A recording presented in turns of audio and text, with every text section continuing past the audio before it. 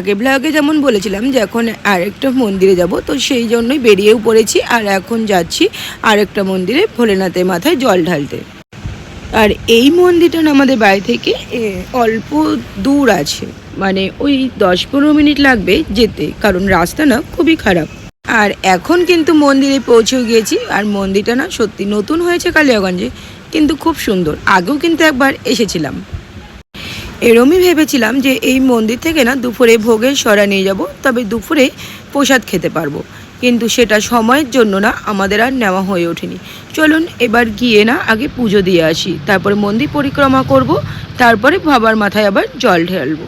আর এই মন্দিরে ভগবান একবার আপনারাও দেখে নিন, আগেও যদিও আমি শেয়ার করেছি। যাই হোক, তো এখন ভগবানকে প্রণাম করে মন্দির পরিক্রমা করে নেব। এখন আমাদের মন্দির পরিক্রমা হয়ে গিয়েছে, আর এখন যাচ্ছি বাবার মাথায় জল ঢালতে। আর পাশেই কিন্তু মা কালীও আছে। এই মন্দির আগেও একটা ভিডিওতে আপনাদের সাথে আমি শেয়ার করেছি। আর এই যে পুকুরটা দেখতে না এই মন্দিরে একটা আলাদা সৌন্দর্য এনে দিয়েছে। এই পুকুরে বাইরের কাউকে নামতে দেয় না, কিন্তু স্থানীয় ছেলে বাচ্চা ছোট ছোট ছেলে যারা আছে তারা কিন্তু এই পুকুরে অনায়াসেই নামতে পারে, কিন্তু বাইরের কাউকে পুকুরে সে তেমনভাবে নামতে দেয় না।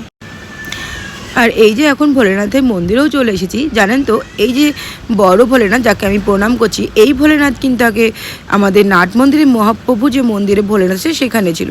ওই মন্দিরে ভোলেনাথ নতুন হয়েছে, সেই কারণে সে এই ভোলেনাথকে এখানে নিয়ে এসেছে। যাই হোক, ভালোই লাগছে। সবই তো কালিয়াগঞ্জের মধ্যে দুটো মন্দির, কোনো অসুবিধা নেই। যাই হোক, আর এখন চলুন এখন ভোলেনাথের মাথাতে না জলও অর্পণ করব। জল আর বেলপাতা আর ফল, চলুন করে নিই। আগে কিন্তু এখানে শুধু এই মা কালীই থাকতেন। আর এই মা না খুব জাগ্রত, মনের কথা না খুব শোনে। আগে কিন্তু এই জায়গাটাতে না সবাই ভয় পেত আসতে, বলতো হাওয়া লেগে যায়, বেশি রাতে যাওয়া বারণ, মানে এরকমই ভয় পেত। গ্রামের ব্যাপার বুঝতেই পাচ্ছেন। বাট এখানে কিন্তু এখন অশুভ শক্তি একদম বিনাশ, প্রারম্ভ হয়েছে শুভ শক্তির। এখানে চুল খুলে আসাও নাকি বারণ ছিল। যাই হোক, আমি যেহেতু মাকে পুজো দিতে বসেছি, চুলটা কিন্তু একটু আটকেই নিয়েছি একটা ক্র্যাচার দিয়ে। বাট এখন কিন্তু অনায়াসেই সবাই চুল খুলে আসছে। আর এই মন্দিরের আর একটা নিষেধাজ্ঞা হলো, এখানে কোনো রিলস বানানো যায় না।